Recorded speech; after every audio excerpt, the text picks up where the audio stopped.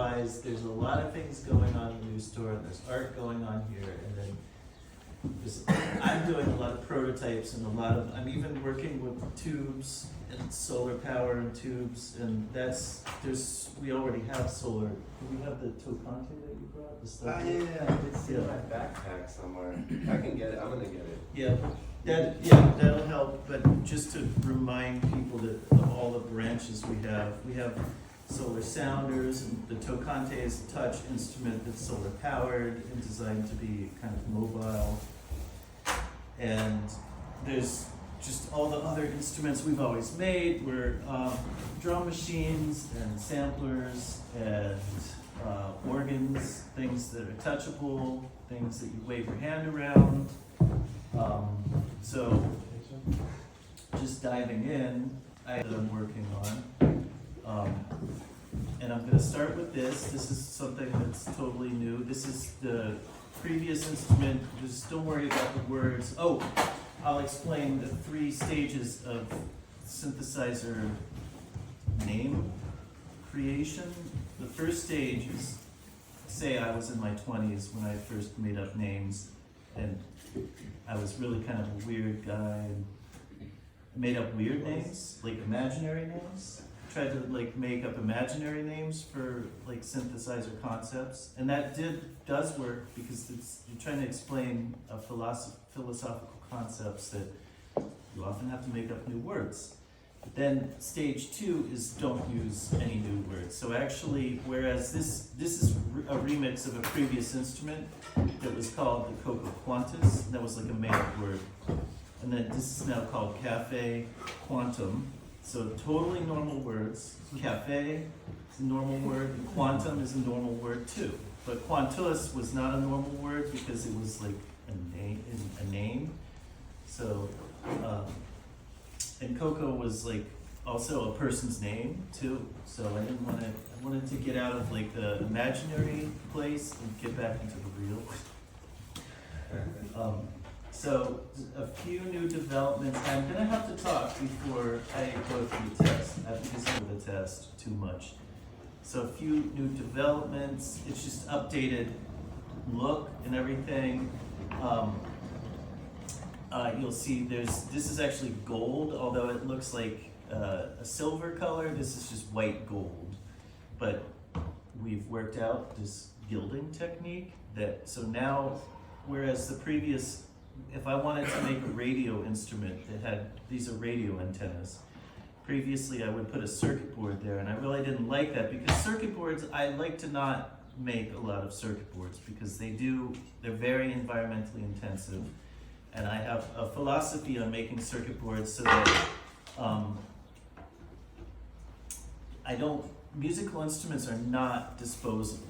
Like most of the position we are in as electronic designers of electronics, as musical electronics, is that we're actually designing something that should theoretically never be obsolete. Whereas other electronic designers are often told that you're designing something, if it's a white goods, it'll be thrown away in 2 years, or if it's a computer, it'll be obsolete in 2 years, and they're told that either explicitly or implicitly, or under the indirectly, thank you. They're told that, or you get this vibe that, oh, well, what I'm designing is something to make maximum money, but it's actually going to be thrown away. And so if you analyze what the toxic things, what the Umweltschädigungen, the environmentally damaging components, it's mostly in the electronics. It's in making the circuit board, and so as a designer of electronics, I want to make something that actually you can always fix. So I don't want it to ever have bad components. I never put electrolytic capacitors in there. There's always just high quality, either ceramic or plastic film capacitors in there. So I just want to say that my stance as a musical instrument maker is that I'm trying to make something that it might not be really smart or anything. It's analog. Okay, the other thing is it's analog electronics, so they're already obsolete. And so why am I even doing this? Well, because there's a philosophical reason, there's a creative reason and a philosophical reason that we're always exploring when we make or play these things. And so the fact that they're obsolete is actually really important because it's saying, okay, we're not trying to ever outdo ourselves and make this obsolete. It's already obsolete. So yeah, you don't want to throw it away. You want to make something that lasts. And so I didn't want to put the, back to this gold here, this is replacing a whole circuit board that went on the top. And then it's just, I think it looks better, but it also, it's just more efficient how I can do a layout with all these different layers, like wood layer and then the banana layer and the gold layer, and everything fits together really well and feels a lot more cohesive. Other improvements about it, this is an ESP32 now, so whereas the previous one was actually ancient Texas Instruments digital chipset, all completely almost 80s or 70s old design, like classic design. I upgraded it here, and so now it can be programmed, reprogrammed, you can change it, all kinds of hacking can happen. It can go on Bluetooth or Wi-Fi, you could download your samples, all kinds of stuff that, you know, we're gonna get to when we get the open source content leveraged and expanded, and that'll all happen. That's gonna be no problem. But right now, my job as designer is actually more of, I call this the couch. So this is all the analog couch for the. So you look here on this side. Yeah. You. So this is all analog, and then it's a couch for this. In fact, if this breaks, if you have like this, it's not lower quality, but it's just an ESP32 board. So if there ever is a problem, it could just be taken out and put back in, or, you know, it's infinitely repairable. That's, again, back to that first concept. We don't want it to ever brick. We always want to have a musical instrument, and in fact, even if a musical instrument part of it breaks, musicians are really capable of making music, even if like one element is broken or something off of instrument. So we don't really ever want to go in the direction of being like, well, the instrument's old, so we throw it away. That's ridiculous, you know. So it's called Digital Cafe, like nice 90s name. And it, as I said, it has the ESP32. It's like a high-powered computer. Doesn't use a lot of power, but it's very efficient, and it does digital delay with a bunch of extra sockets. And you control the sample rate. It's still, just because it's virtualized into a computer, you still have raw control over the analog sample rate. And so that all the possibilities of bit shifting or sample playing are all still there.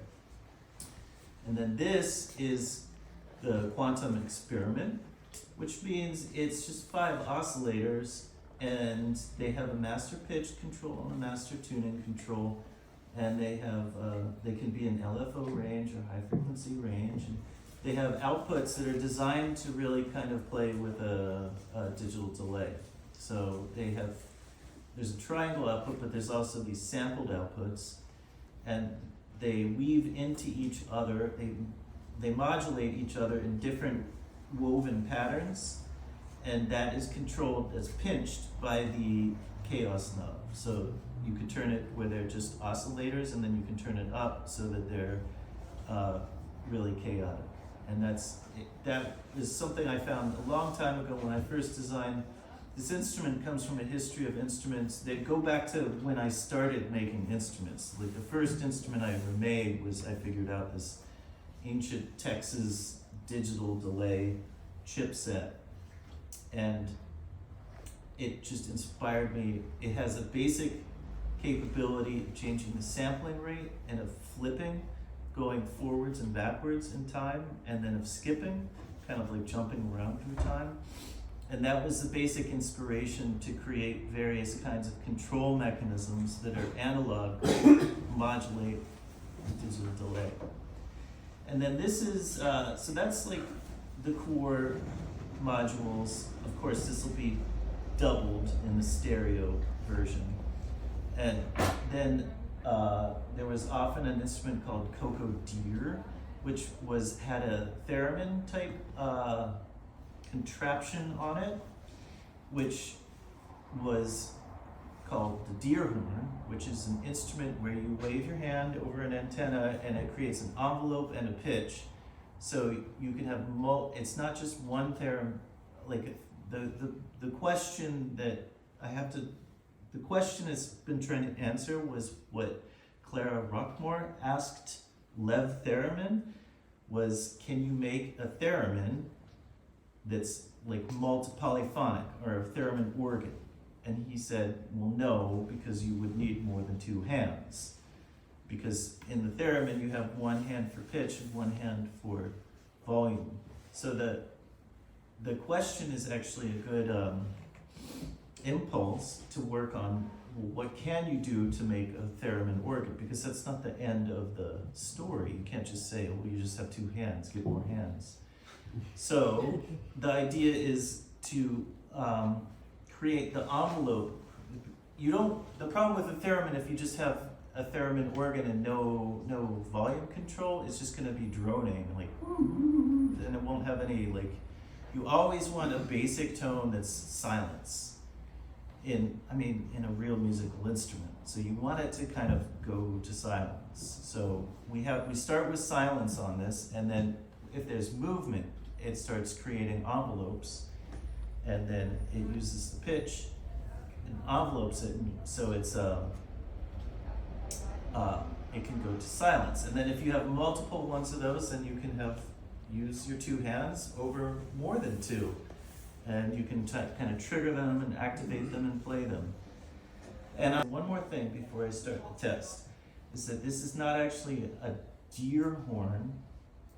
This is a tear horn. This is a special edition. The deer horn was like used, and that'll come back too. But I wanted to go to the most primitive one.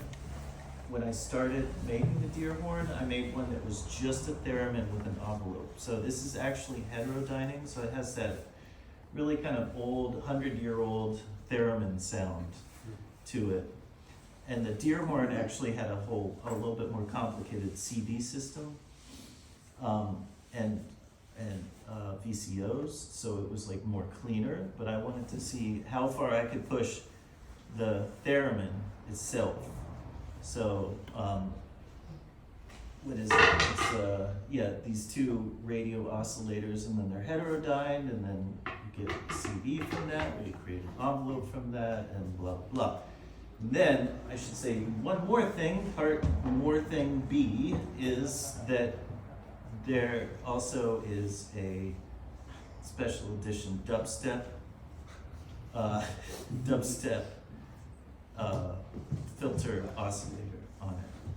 So that takes the theremin tone, makes a square wave with bass, and has a filter, and the filter moves up, and the filter breathes according to how much you've triggered the instrument. So I should start with explain. We'll do the dubstep. Okay. So I'm gonna tune it.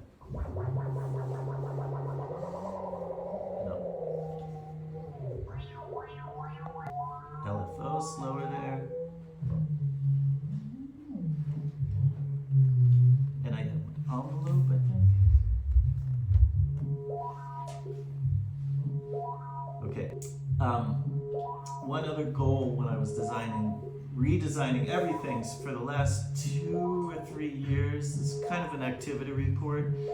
I've been doing everything with Norton amplifiers, and they are kind of op-amp. They're from the 70s. They're quite old, but they are not. When you hear 70s component, you might think it's a fancy thing. It's actually the opposite. It's super unfancy. It's less fancy than normal op-amp. So that was, I've always been really interested in them because they've always been a real mystery to most people until you get really into them. And I found out a few things about them. So first of all, I found out how to design draw schematics in a cursive. So this is my new op-amp, cursive, okay? And then I can put resistors into that, like that, okay? This is the positive feedback, it's the curly Q, and the negative feedback is like just a long line.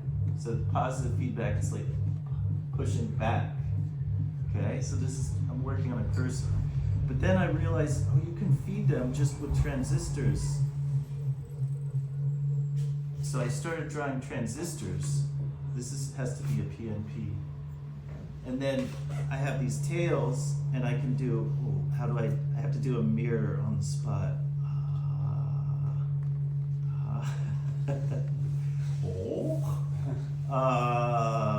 Something like that. Oh, I think, and then I can do more. Wow, the cursive's getting really bad. Pretend that's like an awesome synth element there. And then, but basically, oh yeah, it means it's a voltage control.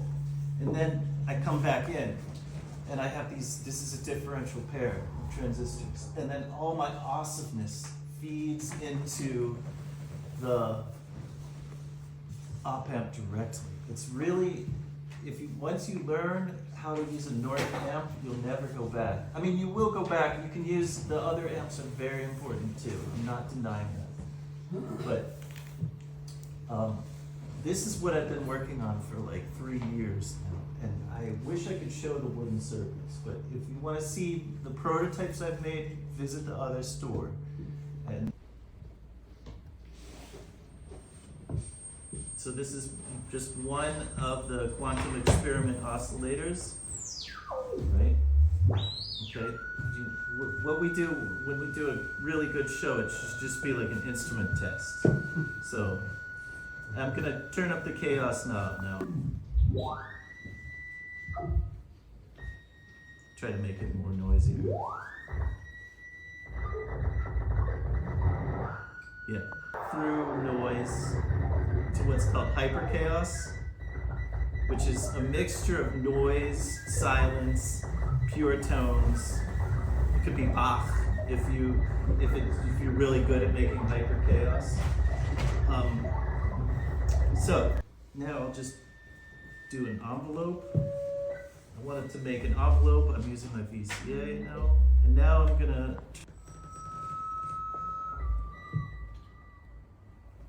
get my sound. I feel it nicely. I'm clipping somewhere. I'm gonna do some high frequency tests. I'll take so there's your low. Yeah, that's it.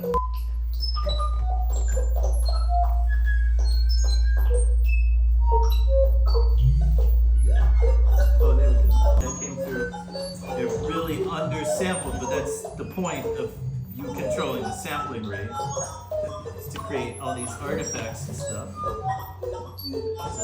So now it's just frozen. Right? Frozen in memory. And then I would check.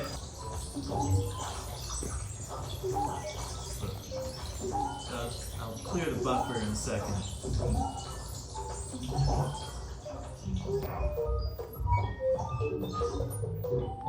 There's like low things coming up, but also like really rushing flurries, really high. It's analog quantum controller. And then now I might do some flipping and skipping. So now I'll just play some different frequency ranges to see how it works.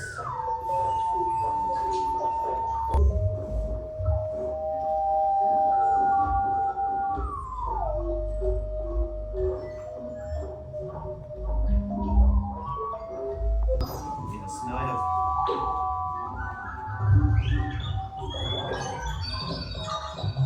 Okay,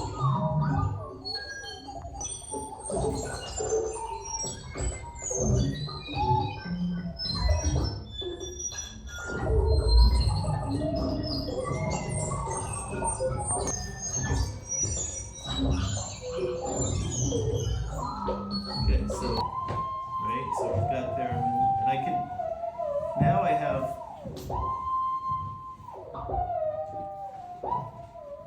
I also can control, or make it short envelopes too, so I'll start decaying this a little bit.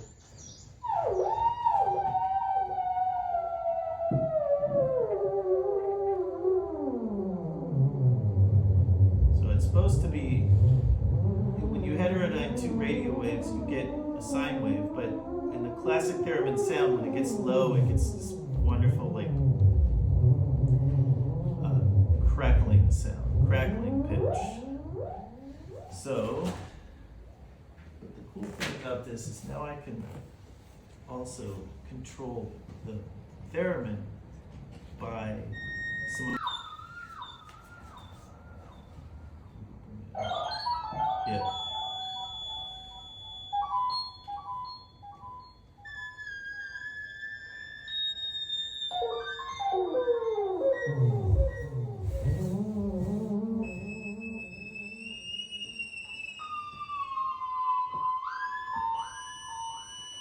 Okay. So.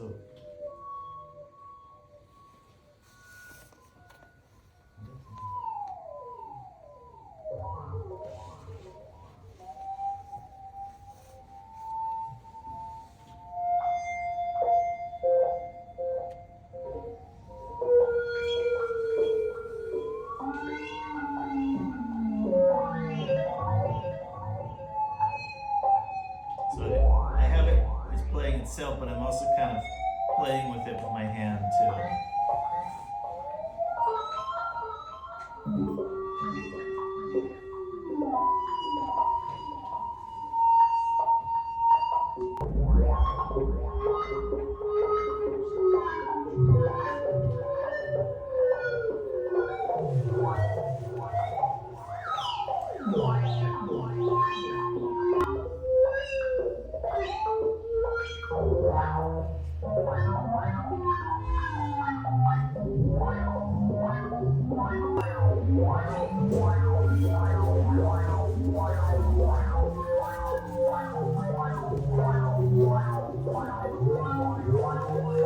Again.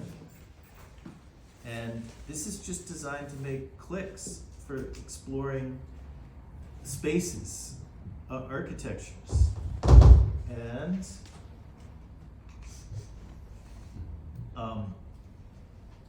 let's see what we got. I'm gonna tune it first, and then maybe I'll talk about it.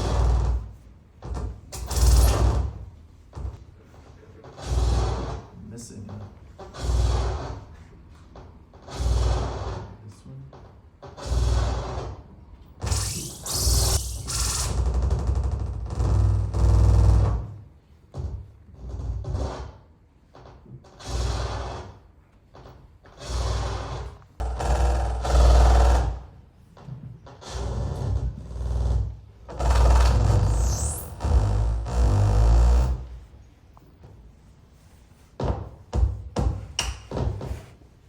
Yeah, but it's still a drum machine, so it still has pulses and beats and stuff.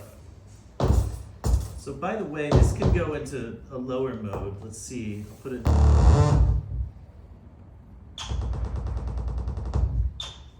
That's cool. So yeah, it's a real